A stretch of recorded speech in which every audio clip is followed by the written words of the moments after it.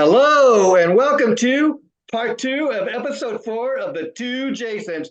I am Jason J. Rock Houston and my great co-host and partner in crime, Jason Lee Beckwith, the drummer from Kissed Alive, Southern California's premier Kiss tribute band. How are you doing tonight, my friend? I'm doing great, doing great. It's been so long since I've talked to you, buddy. 30 minutes ago have passed. Now, tonight in part 2, we're going to be talking about what everybody's been talking about. Ace Frehley's recent interview with Eddie Trunk. Did you get a chance to hear it? Sparks are flying. Yeah. Did you get a chance to hear the interview? Oh, yeah. I saw the original interview on Stern that got it all started, man. Okay, so I was very disappointed. Where do you want to start with the Stern interview or Ace's interview with Eddie? Well, for those people who don't know, for Kiss fans who've been hiding under a Kiss rock, Where have you been? in a recent Howard Stern interview, they were discussing whether they were going to have, any of the original guys or any other Kiss members show up at the last Kiss shows, and why they refused to perform with them at the Rock and Roll Hall of Fame. And for the record, I don't think that they ever said that they wouldn't perform with them. They just said that they wanted to also perform with the new lineup. So maybe one song with one set and one song with the other guys. Whatever, But the Hall of Fame didn't want to do that, so they said no. But when defending his reasoning, Paul Stanley said, if I got that, it would be an insult to the current lineup who's been doing this for years and years, keeping the Kiss train rolling, which in their defense they have. Yeah. Tommy Thayer and especially Eric Carr, who's been in the band for a couple of decades now, since the 90s. Eric Singer. What did I say, Eric Carr? Yeah. He's on my brain. Yeah. Rest in peace, Eric Carr. No, Eric Singer, of course. But they've earned their place in history for sure. Sure. But he said it would be an insult to the current lineup. And if I was to go on stage with people who look like this, but played like that, you might as well call it piss instead of Kiss. It's like, dude, do you need to do that? First of all, let me say this, all right? Paul Stanley, I'm a Kiss fan. That's all I am. I've been a Kiss fan my whole life. Didn't matter who's in a band, I'm a Kiss fan. And I'm still a Kiss fan. But man, we're disappointed in you, man. We're disappointed in you, dude. You can't call out Ace Frehley for his guitar playing or Peter for his playing when you can't sing anymore, dude. We know what you sound like, and we love you anyways. Don't make us have to choose sides, dude. That's not cool. Just say you don't want to work with those guys anymore, but you don't got to get childish and act like, we got to pick and choose. Like, if we're Kiss fans, we can't like those guys because of what you say, dude. Come on, man. I thought that was completely childish, and I felt real bad for Ace Frehley, who's put out how many albums? Yeah. In the time that when's the last time a Kiss album came out? It'd have to be Monster, whenever that was, 2012 or something like that. Yeah. And then how many albums has Ace Frehley done since 2012? At least probably 3. Almost a half a dozen. Yeah. And here's the thing with the Rock and Roll Hall of Fame appearance. I think it was 2014. They're not only insulting each other, they're pissing on their fans' memories. Yeah, and as far as the Rock and Roll Hall of Fame appearance, I remember at the time there was a lot of controversy, and I was behind Gene and Paul at the time for their belief, which is they wanted to have everybody who had ever been in Kiss, including Vinny, Mark, and the late great Eric Carr, which I do not know, I do not understand why Eric Carr of all people was not included. And Gene and Paul said, okay, if Kiss is going to be inducted, we want all 8 members to be inducted. And the Rock Hall said, well, we're only going to do the original 4. And I remember at the time, Paul Stanley was saying, and Gene, that, well, if we can't get all 8 members inducted, then nobody's going to get up there and perform.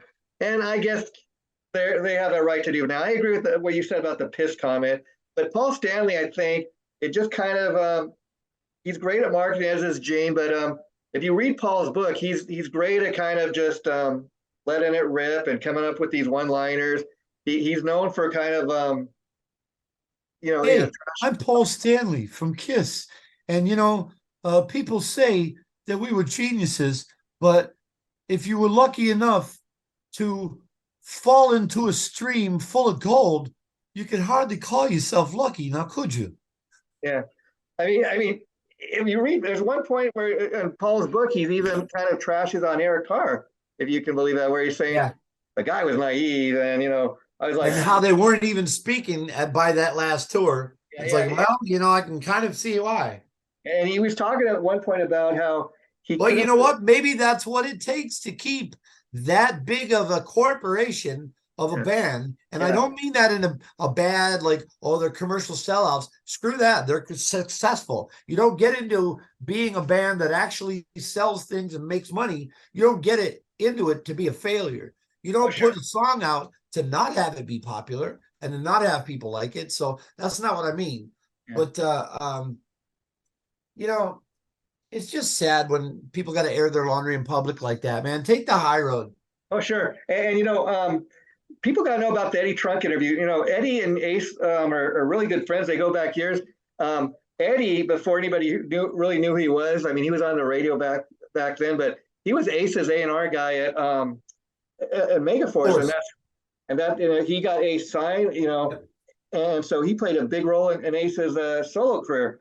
And so it makes sense that he'd go on Eddie's show, and Eddie wanted to defend his. Eddie said, "Hey, what's going on, Ace? What do you think about that?" And then, of course, Ace says, "You know what? That's crap, and I'm not taking that anymore. I'm not going to let them talk to me like that. You can't do that, dude. So you know what? I put out how many albums, and you call me unemployable? All right, you know what you said about that? You need to apologize in public. This is BS, dude. You made it public with your comment.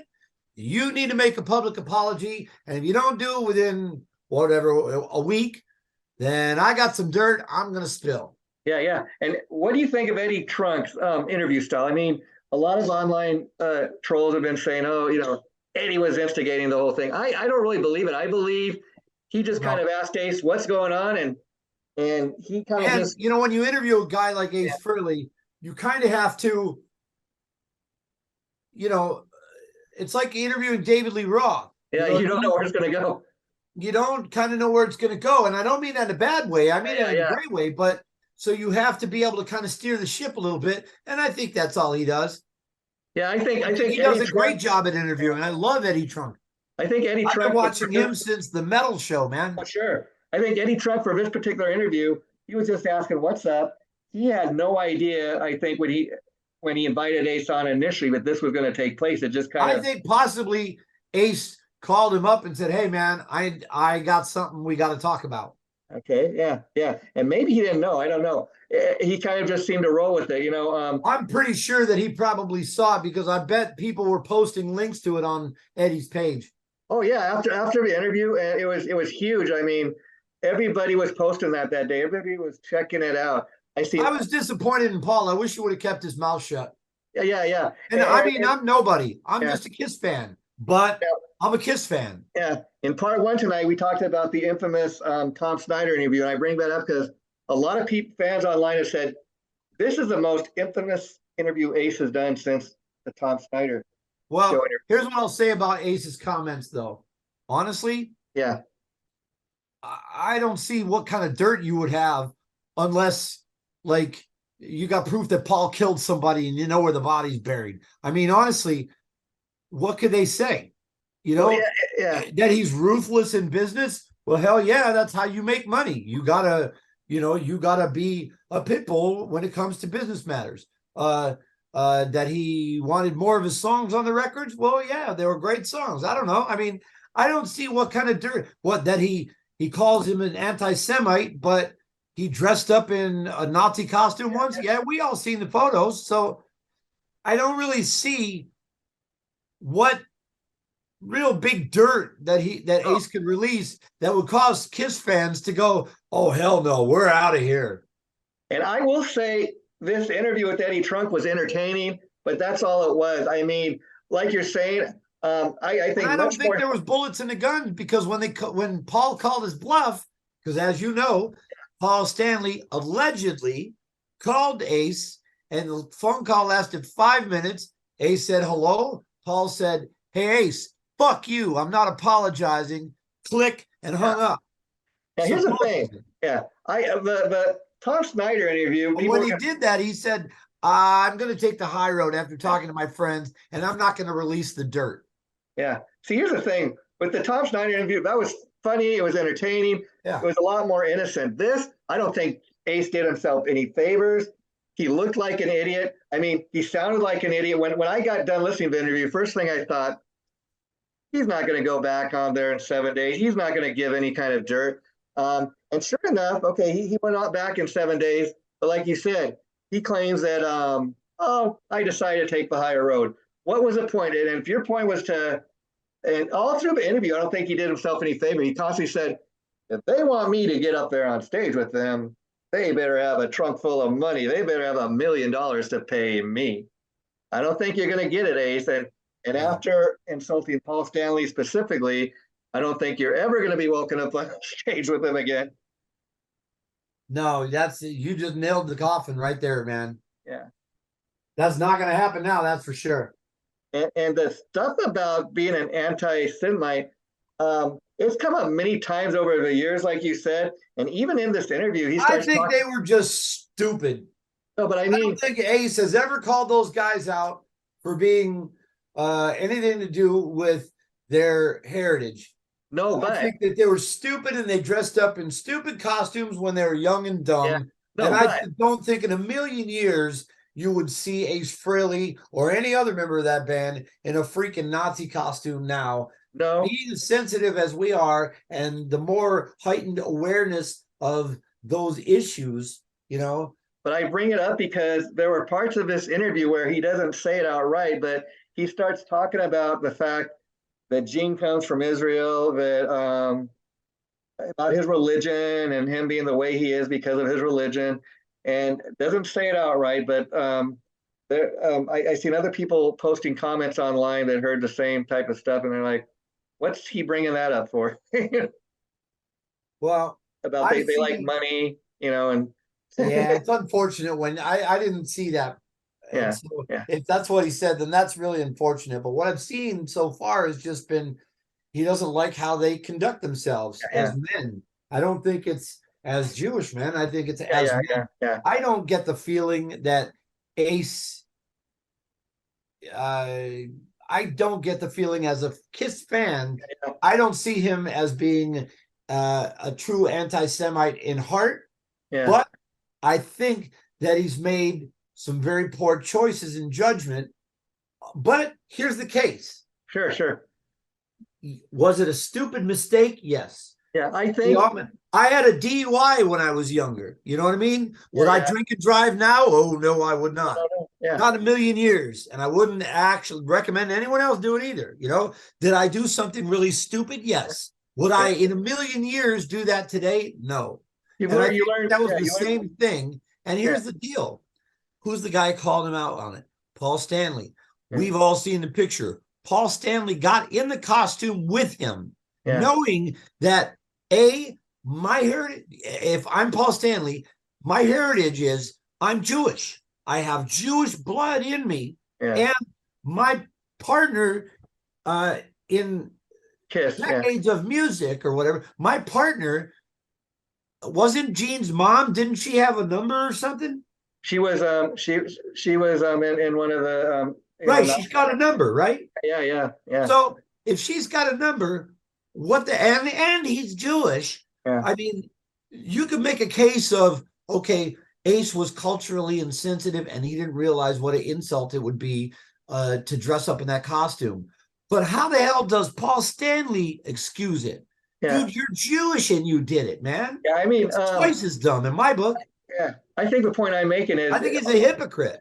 All through the interview, Ace, he's not making a great case for himself. I think he's one of these guys. I think he's spouting off now, and I think he's just done with them all. I think, though, too, he doesn't think before he speaks, whereas Gene and Paul are very much more educated. They think before they give any interview what they're going to say. You listen to Gene, especially, always sounds very educated. I mean, he is. He was a teacher. Ace just kind of lets it rip. Like I said, he talks about how he cares for the fans. Now, if you care for the fans, you don't go and demand $1 million, and this isn't the way to, get to take Well, part of dude, it. after the guy calls you up and says, fuck you, I'm not going to apologize, what are you going to do? No, Yeah, no, I'll no. be there when you blow me. You know what I mean? Yeah. That's what I would say. Yeah, So yeah, that's his way of saying that. He's like, yeah, I'll be there. Give me yeah, $1 million and I'll show up. yeah, yeah. And at the end of the day, he has nothing to lose. But I know, and then Ace, You got nothing to lose. Ace is, like he's 70, he's in the 70s too. So part of it, like when I first hear the Eddie Trunk interview, I mean, if I didn't know any better, I think he was drunk or high the way he's talking. But then I start thinking, at his age, he's getting up there. I don't know if you want to say he's demented, but he does not make a lot of Maybe sense a sometimes. bit of diminished capacity, right? Yeah, yeah. Plus all the years of drinking. As we all have by now, I know I'm not the sharpest tool in the shed anymore. Yeah, and so a lot of what he says, he just kind of lets it rip, and he doesn't think. But like I said, he has nothing to lose. I mean, he's making a new album. He's still going to go out there and tour. He's supposedly new album's coming out this year, so we look forward to that. Yep. And it's interesting though. As far You as know what it really reminds me of?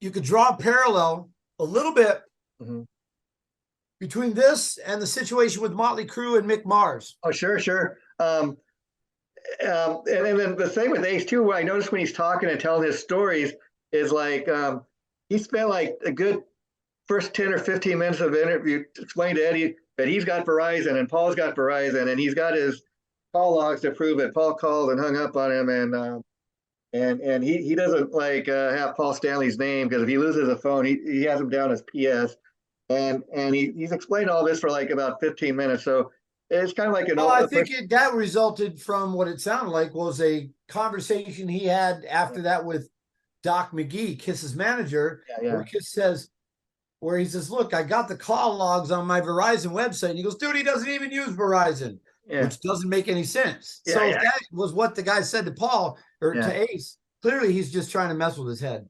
Yeah, and it's funny too, because I don't know why I'm being an Ace Frehley apologist right now. No. Well, I mean, like you said, I think a lot of it has to do with the fact that you said you're very disappointed that Paul felt the need to make that comment. I think I'm disappointed in both of them for airing laundry in public. Keep that stuff from your fans, man, because you stain our memories. Even if you go back to the Howard interview, I mean, it was Paul Stanley that made the comment. Gene didn't say anything really. I mean, he tends to agree with whatever Paul Stanley says, but it's Paul Stanley that makes these comments time and time again, not Gene. Gene, everybody said, "Oh, he's a really nice guy." And even Ace, all through the Eddie Trunk interview, I've always liked Gene much better than I like Paul, and I think he's a better singer and this and that than Paul. I don't really like Paul singing, and then he starts talking about what you were saying about there's been all this controversy about Paul using backup tapes, and again, I don't know if it's true or not, but that's been a rumor, and oh, well, I think you can go on YouTube and find out whether it was more than a rumor. And then what do you think about not only him bringing that up, but then he's like, well, Ed, I still get money from every time Kiss goes out on tour. I may not be a part of a touring band, but because doesn't he still own his makeup? They lease it from him. Yeah, he was saying that. And he's like, Paul and his using those tapes, he's ruining the brand, and that affects my bottom line. It's actually true. He's right. Yeah. And so now after the interview, you've got people that are either Team Ace or Team Kiss. I can see both sides. I see both sides. I just think where Ace went wrong is I think, like I said, the Tom Snyder interview much more funny and entertaining. This was just kind of Ace going off. And I think a lot of what he said sounded crazy the way he was talking. And so people listen to it. Oh, what's wrong with that guy? He sounds like he's out of his mind. Now let me from left field. Okay. Yeah, sure. I'm going to put on my tinfoil hat. There you go. There you go. I love that. Chikara. How did you get your background to flip around and mine isn't, by the way? Okay. How is that? Because I can look at yours and I can read that poster, but everything on mine is flipped. Oh, wow. That's interesting. So here's my Soul Tone tinfoil hat moment. Okay. So, So my you, tinfoil hat moment is this. okay. What if it's already in the works that Ace is going to appear at the final 2 shows at Madison Square Garden in a big triumphant coming out on stage? Because he's already said how it's going to go down. If you listen to his interview, he already said, I'd go out there without makeup. That's fine. I'm tall.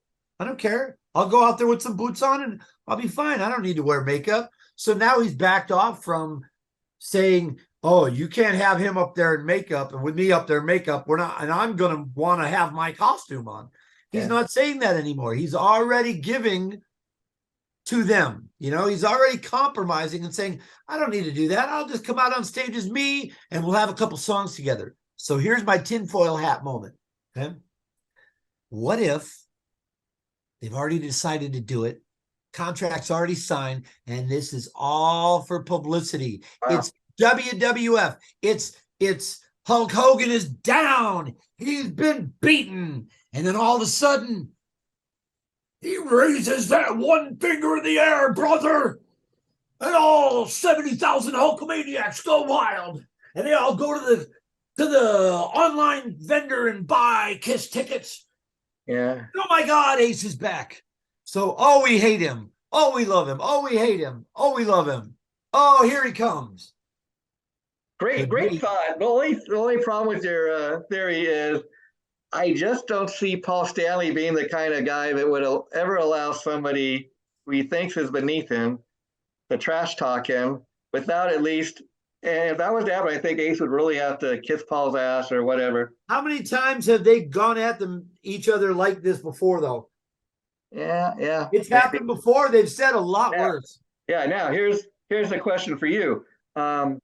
I find it very, to be honest, Peter Criss doesn't give a truckload of interviews, hasn't in several years, but nah, he's staying out of it. Are you surprised? How surprised are you that he hasn't popped up in this? I mean, I think he's playing it smart. I'm not surprised at all. He's smart. Yeah. And what do you think? Even Peter has gone on the record. You don't air dirty laundry in public. You just don't. Yeah. Peter's gone on the record several times about the fact that, there's people think that him and Ace are best buddies, and maybe they are, but he's like, he was pissed at like Ace for many years when he found out that his buddy Ace actually, along with Gene and Paul, voted him out of the band, and that Ace was getting paid more money on the reunion tour. All right, hold on. I'm going to stop you right there. Yeah. That one thing, I don't know about any of that because I'm not, none of us know what went on. We just know what they say. However, I don't understand the logic in him saying, Ace got more than me and he betrayed me. Yeah. Well, of course you're going to want to get the best deal you can as an individual musician. And it wasn't like the extra that Ace was being paid prevented Peter from getting paid. They still had plenty to go around, and they could have gave Peter the exact same amount, and Kiss would have still got everything they were going to get anyways. You know what I'm saying? So it's not like they couldn't have afforded it. It's just, honestly, to Kiss, who's worth more? Yeah, exactly. Who had solo albums that were in the charts? Who had videos on MTV? Who still tours every year and puts out albums? What does Peter Criss do outside of Kiss? Nothing. Hero. Yeah. And that's he does Send in the Clowns. Yeah. That's a conversation for another day because he put out a number of solo albums. None of them really did anything. They were terrible. And I heard so who's worth more to the Kiss brand? Yeah. I mean, it sucks, but it's a fact. Yeah. He never really toured. I mean, he did a little bit of touring in the 90s, but didn't go anywhere. What I don't like about this news item is what I don't like about Peter's book. Not a lot of owning up to one's responsibility and a lot of placing blame on others. It's like, don't blame Ace because you didn't get as good of a deal as he did. Of course, if he can get more, he's going to get more. And you mean to tell me him getting more doesn't mean that's not what prevented you from getting more. And you mean to tell me if Peter Criss had the opportunity to betray Ace and get more money, he wouldn't have done it too? Well, let's put it this way. how about the Kiss Symphony in Australia? Yeah. When they brought Peter Criss back because Eric wasn't available or whatever. Yeah. And they said, if you have at least 3 original members, you'll get a really good deal.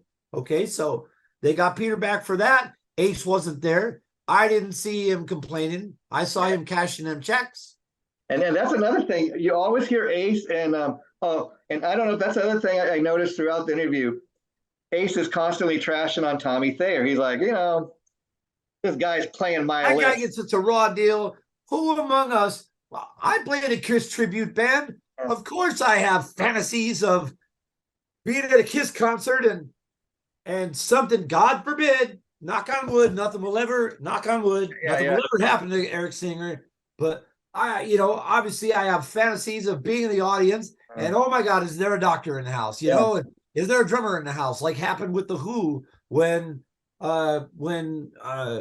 Keith Moon passed out on his drum set and they got a guy from the audience, right? So as a Kiss fan who plays in a Kiss tribute band, I mean, who the hell would turn down an opportunity to tour and record with Kiss? Yeah, I got you. Insane that he should say no because Ace isn't there. Ace quit. Ace didn't get fired. Ace quit. They have every right to have another guy. Here's the thing with Tommy Thayer. If they got to get somebody, he's a guy to get. He definitely can play the tunes. Get a guy from a tribute band because he's a Kiss fan. And I dare say, well, and plus he was Black and Blue. He's not just from a Kiss tribute band. He's had a career outside of that. I dare say too that he's a better player than Ace in the sense, not that Ace isn't a good player, but this is a guy that Ace could not even remember how to play all those old Kiss tunes. When he came back to do a reunion, Tommy had to teach him. And now Ace is still saying, Tommy was just a tour manager. He was a guy that used to go and get my sandwiches. And now he's trying to be cool like me. He's trying to have my moves, but he doesn't have any of my moves. He's not as cool as me. Well, I don't know if he's as cool as Ace, but he sure is a hell of a team player by all accounts, man. And see, and he's a class act. He doesn't give interviews talking about Ace. I think that's why Tommy Thayer and Eric Singer, even a Bruce Kulick were in Kiss, because these guys were all team players. You don't ever hear. Man, Bruce Kulick, we got to do a whole episode on him. You don't ever hear Paul and Gene trash and Tommy or Eric or even Bruce. I mean, Bruce Kulick still gets invited to all the cruises and all the events. And you're so right about Bruce. And I think too, they recently came out with a soundboard of like one of the only concerts Mark St. John ever did. I have that. And I think my wife brought me the album. Yeah, so you just gave me a great idea. Maybe a couple weeks from now we can do a 2-parter. We'll do first part maybe on Mark St. John. Part 2 can be on an episode dedicated to Bruce Kulick. I think that would be a great idea.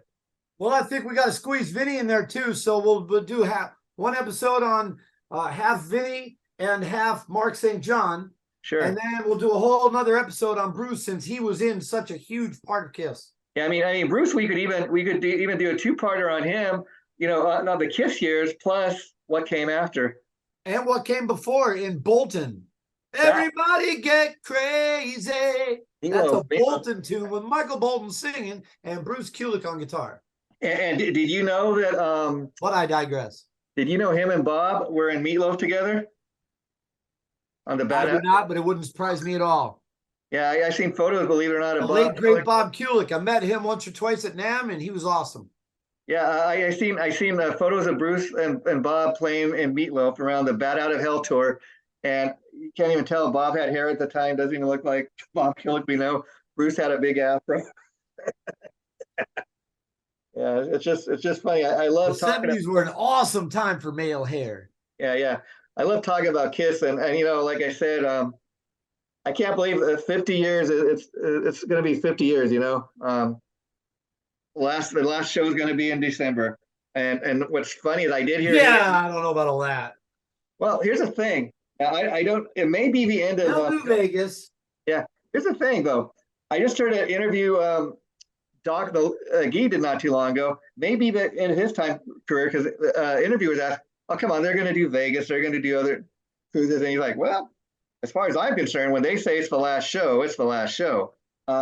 Well, here's another thing that we could possibly raise, Yeah, God forbid again, right? yeah, And I don't want this to be a law of attraction thing, or manifest destiny or whatever, but um what if we're looking at a Neil Peart situation, like the drummer from Rush, where their last tour, they all knew he was the countdown clock was ticking. yeah. They all knew, and they kept their mouths shut because it wasn't their story to tell, and they respected their brother utmost. So Yeah. what if somebody in the camp is looking at numbered days? Yeah, yeah. Who knows? I mean, we already know that you're down to one guy that can vocally perform. Yeah, Well, I mean, obviously Eric Singer can sing his ass off, and obviously Tommy plays his ass off. He doesn't have to sing much, but he does what he needs to do. But I just I hope that it's not the case, and I hope that we have many more years of music and art and painting and whatever those guys want to do in life, or nothing at all. yeah. Paul Stanley and Gene Simmons, and to that extent, anyone else that was ever in Kiss, but especially Paul Stanley and Gene Simmons, owe people zero. They have given so much to not just American rock and roll, but to the world.